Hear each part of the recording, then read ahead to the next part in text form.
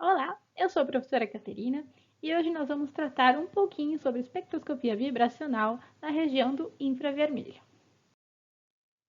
A espectroscopia na região do infravermelho verifica os modos de vibração de uma molécula quando ela é excitada pela radiação infravermelha.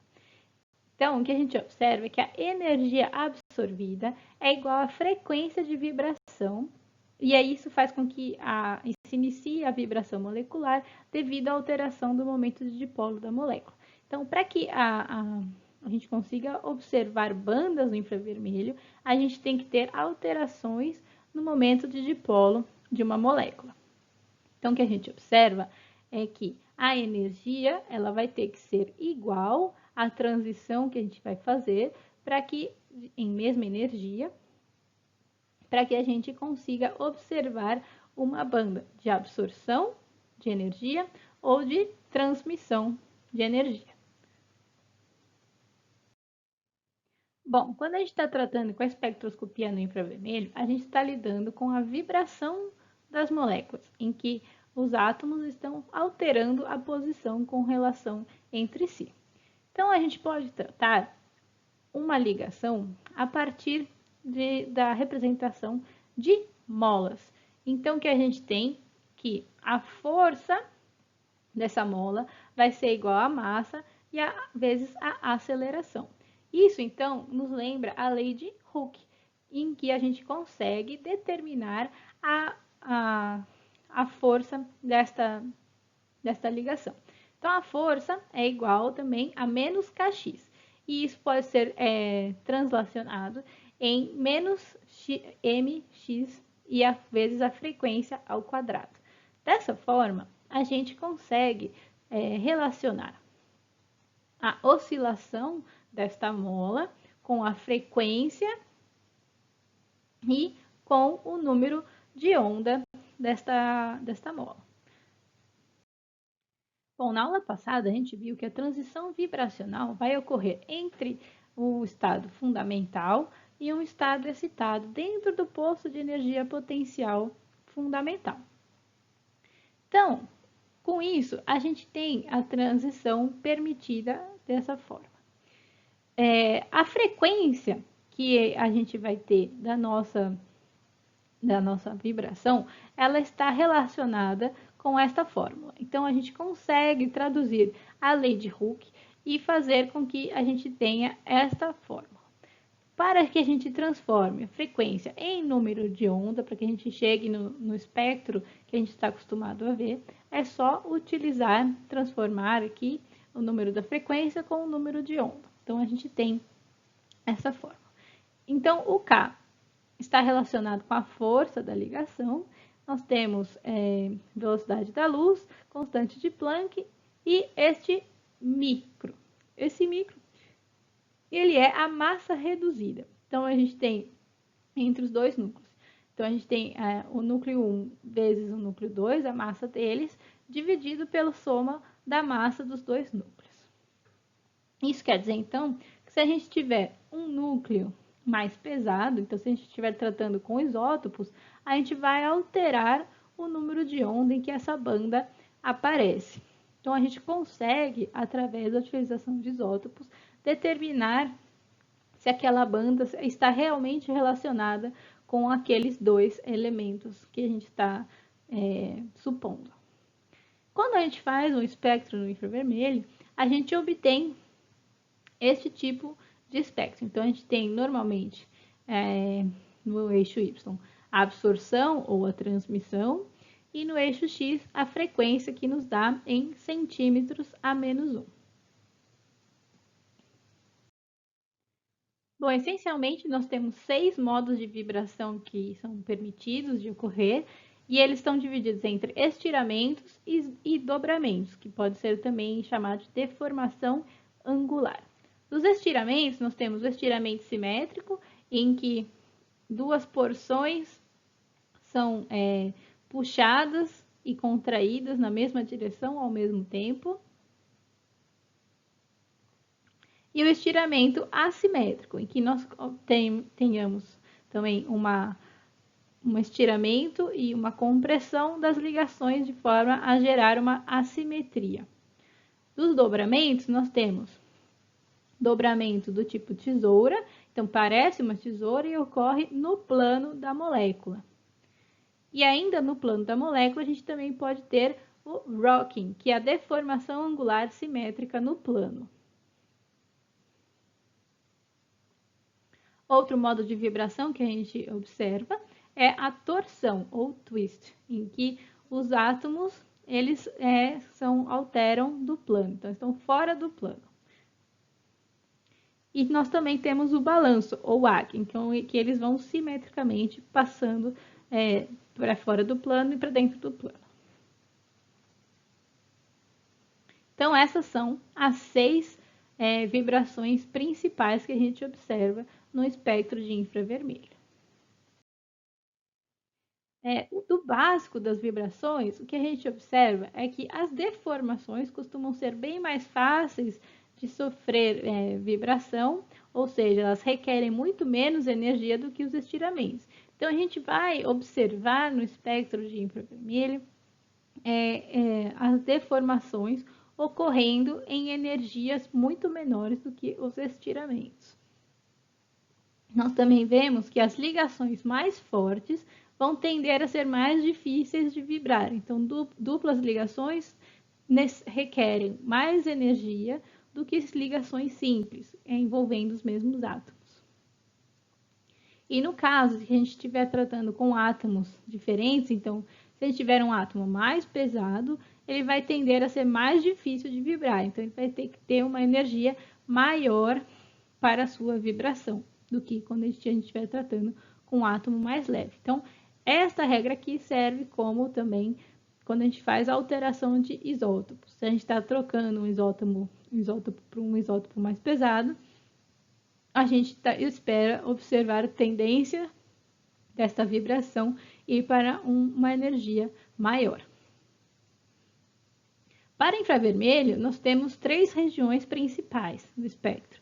Então, que é o infravermelho longe, né, que é o far infravermelho, que vai de 400 a 10 centímetros a menos 1. Nós temos o mid infravermelho, que é a região que normalmente todo mundo utiliza, que vai de 4.000 a 400 centímetros a menos 1. Nesta região, nós temos a divisão entre a região de grupos funcionais, que vai de 4.000 a 1.400 centímetros a menos 1. Então, a gente consegue determinar, a partir da análise desta região, que grupos funcionais estão nesta molécula. E nós temos a região de fingerprint, que vai ser específico para cada molécula. Então, que é de 1.400 a 400 centímetros a menos 1. Nós também temos a região do near infravermelho, infravermelho próximo, que vai de 14.000 a 4.000 centímetros a menos 1. Dos equipamentos que são bastante utilizados para se estudar a espectroscopia no infravermelho, nós podemos separar em 3 classes principais, então que são de absorção ou transmissão. Então, a gente passa uma radiação de infravermelho sobre a nossa amostra e observa o que acontece com esta radiação, com a intensidade dessa radiação em um detector. Nós também temos um modo de reflexão, em que a gente pode utilizar um equipamento do tipo ATR, por exemplo, que está aqui designado, que a gente coloca a amostra por sobre um cristal, ou então a gente tem a reflexão e a absorção, ou uma reflexão difusa. Todos esses são modos de reflexão do infravermelho. E nós também temos o modo de emissão, em que a gente precisa esquentar a nossa amostra para observar o espectro que essa amostra gera na região do infravermelho. Então, são 3 técnicas diferentes envolvendo a região do infravermelho. Então, como que a gente vai fazer uma amostra de infravermelho para que a gente analise uma amostra, né?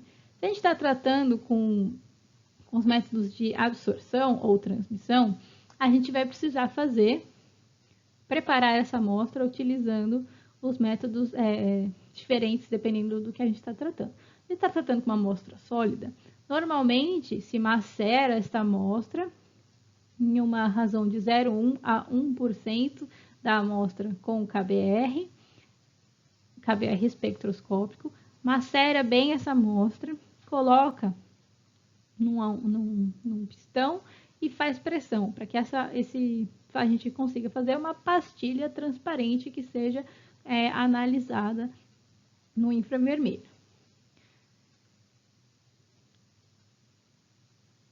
Se a gente estiver tratando com amostras líquidas, a gente pode colocar uma gota da amostra entre duas pastilhas e colocar no nosso equipamento, ou então utilizar uma cela especial desenhada para análise de líquidos.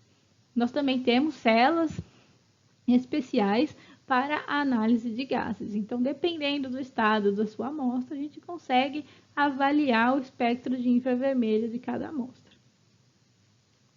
Aqui nós temos um exemplo de como fica uma pastilha de KBR, e o que a gente deve observar é que se a sua pastilha tiver opaca, quer dizer que a sua maceração não foi muito bem, ou na hora de você colocar no equipamento de fazer a pastilha, o pastilhador, a distribuição não estava muito bem homogênea.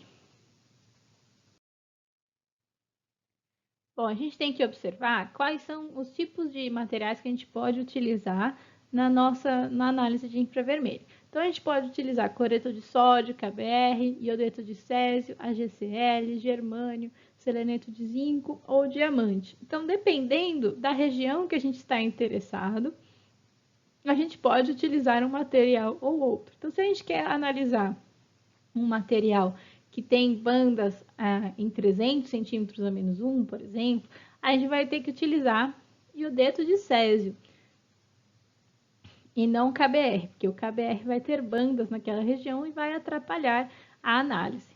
Nós também podemos utilizar NaCl, mas a janela dele é um pouco menor do que para o KBR.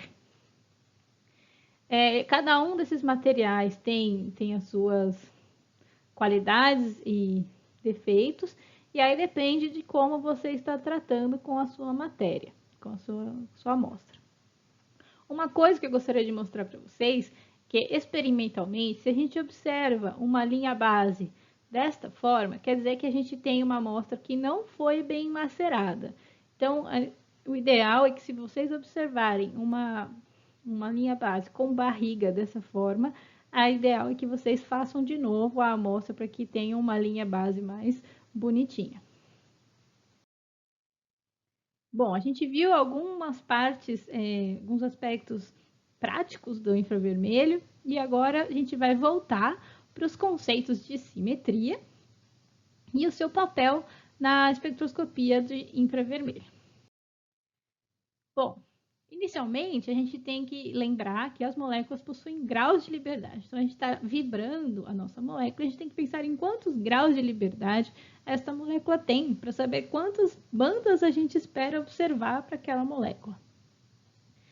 Então, cada átomo tem 3 direções que ele pode vibrar: X, Y e Z. Então, a gente tem 3N graus de liberdade, essencialmente. Mas, se a gente for translacionar essa molécula no eixo X, no eixo Y, no eixo Z, é igual não fazer nada com essa molécula. Então, a gente está nessa posição e passa para cá ou passa para lá, é igual não fazer nada. Então, a gente tem a translação em 3 direções. Então, a gente tira dos 3N menos 3 translações. As rotações também, nos eixos X, Y e Z, também não vão ocasionar em nada nessa molécula. Então, a gente também tira 3 rotações. Então, os graus de liberdade de qualquer molécula que não seja linear são 3N menos 6. Entretanto, quando a gente está tratando com moléculas lineares, a rotação, por exemplo, dessa aqui no eixo Z, não vai acontecer nada de diferente. enquanto a rotação no eixo B e no eixo C tem diferença. Então, a gente agora trata como 3n menos 5, tudo bem? Então, sabendo disso, agora a gente pode analisar a simetria e o seu papel na espectroscopia do infravermelho. Bom, então eu falei para vocês que nós temos, cada átomo da molécula vai ter os seus eixos X, Y e Z. Então, a gente pode tratar assim, desta forma, uma molécula qualquer. Neste exemplo, nós temos a molécula de água. Então, o próximo passo é a gente determinar qual que é o grupo de ponto da molécula que a gente está tratando. A molécula de água, ela está no grupo de ponto C2V. Então, agora a gente pode aplicar cada uma destas operações de simetria e observar o que acontece com os eixos X, Y e Z de cada um destes átomos. Então, por exemplo, quando a gente aplica um C2, então a gente está aqui, colocou o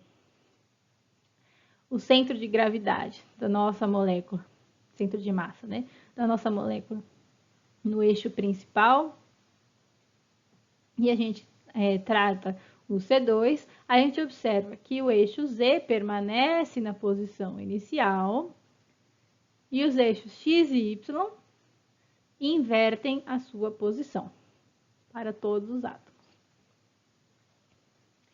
Então, a gente tem a nossa matriz transformacional, em que a gente tem menos 1 e 1, né? X para X, Y e Z, resultando em menos X, menos Y e mais Z.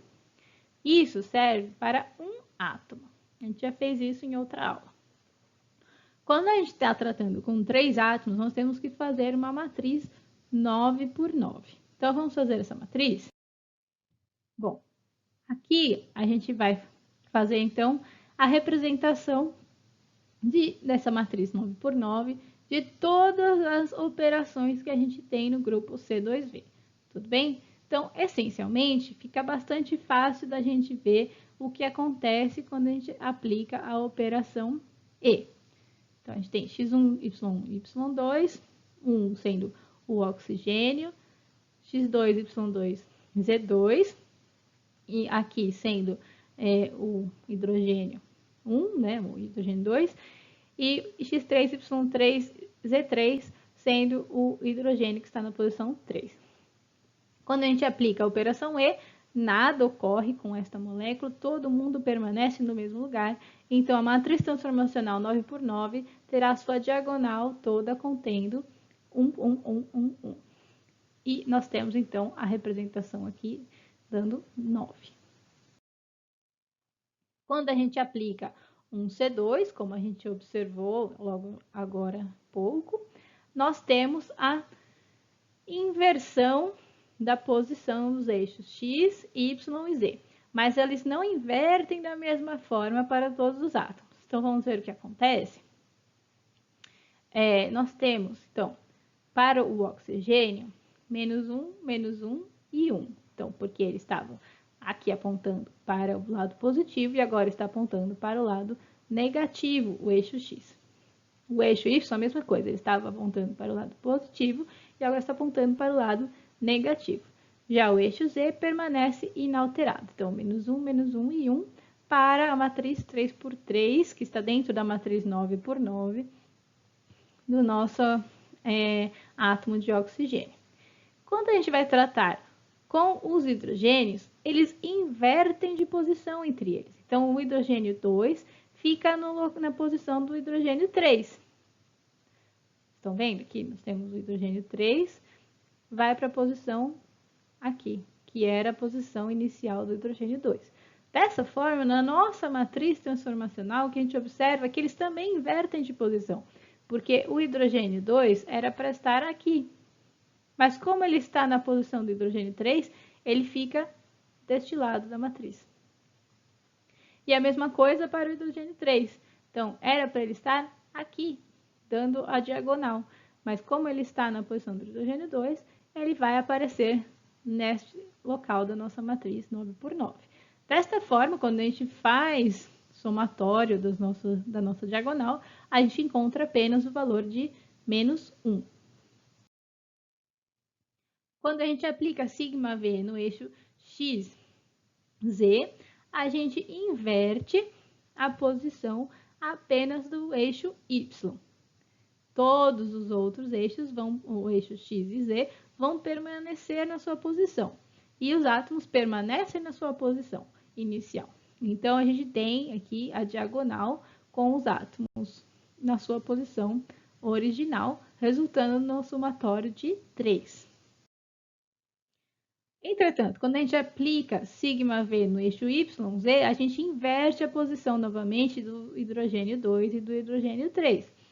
Dessa forma, a nossa matriz transformacional vai ter a diagonal sem os hidrogênios aqui fazendo parte. Tudo bem? E a matriz transformacional inverte apenas o valor de x. Então, é menos 1. Menos 1, 1 e 1, né?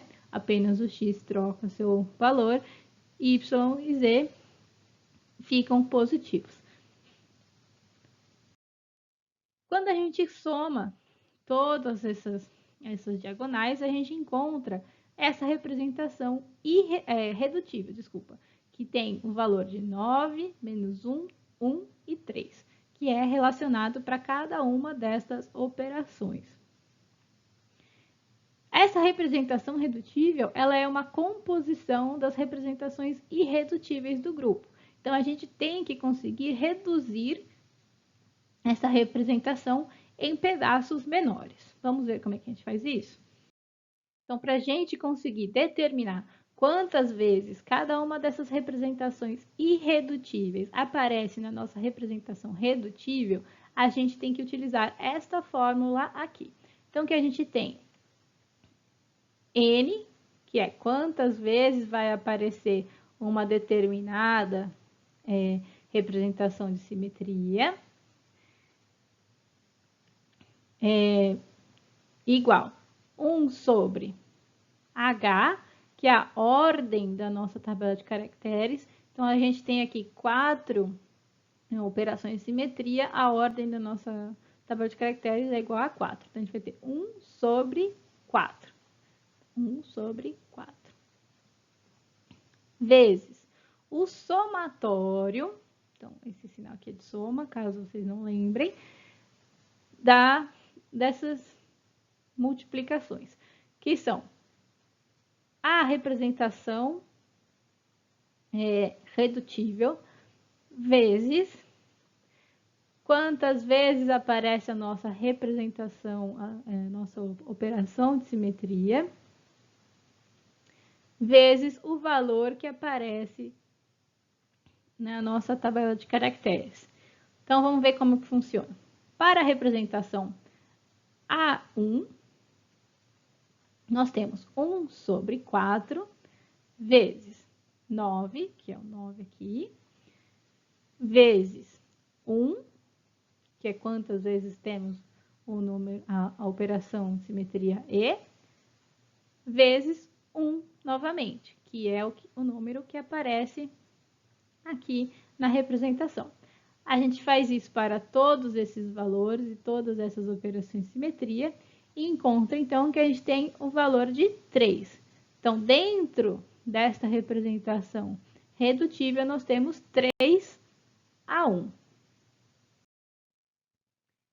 A gente, então, tem que fazer a mesma coisa para a representação A2. Então, novamente, nós temos 1 sobre 4 vezes o somatório de 9 vezes 1 vezes 1, mais menos 1 vezes 1 vezes 1, e assim por diante. E encontramos que dentro desta representação redutível, nós temos uma representação A2.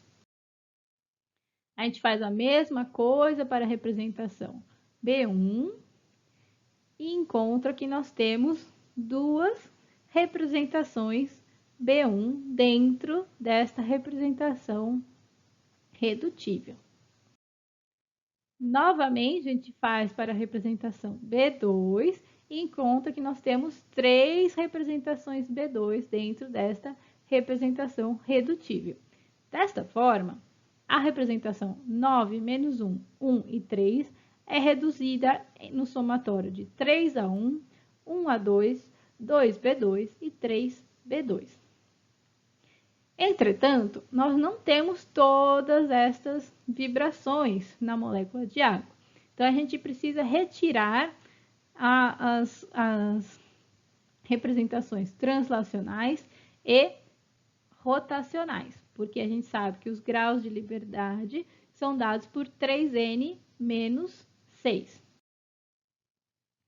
Então, a gente tem aqui 3n menos 6, então a gente vai precisar retirar 3 representações rotacionais e 3 representações translacionais, no eixo x, y e z. Então, a gente tem o nosso total, que é 3A1 mais 1A2 mais 2B1 mais 3B2. Retira os modos translacionais nos eixos Z, que é o A1, no eixo X, que é um B1, e no eixo Y, que é um B2. E vai tirar também o modo rotacional, que é um A2, um B1 e um B2.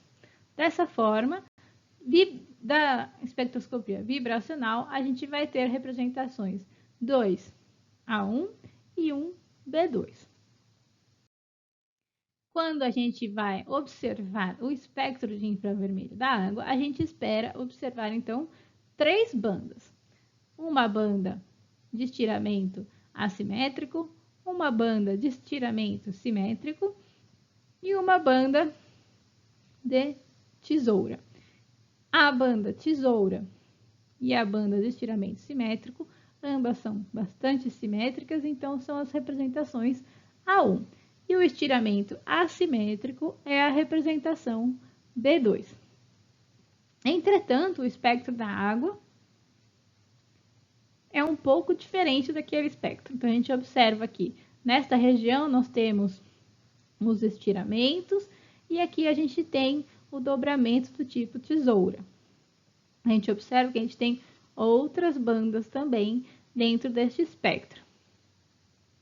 Então, aqui para representar para vocês os estiramentos, que nós temos e o dobramento do tipo tesoura.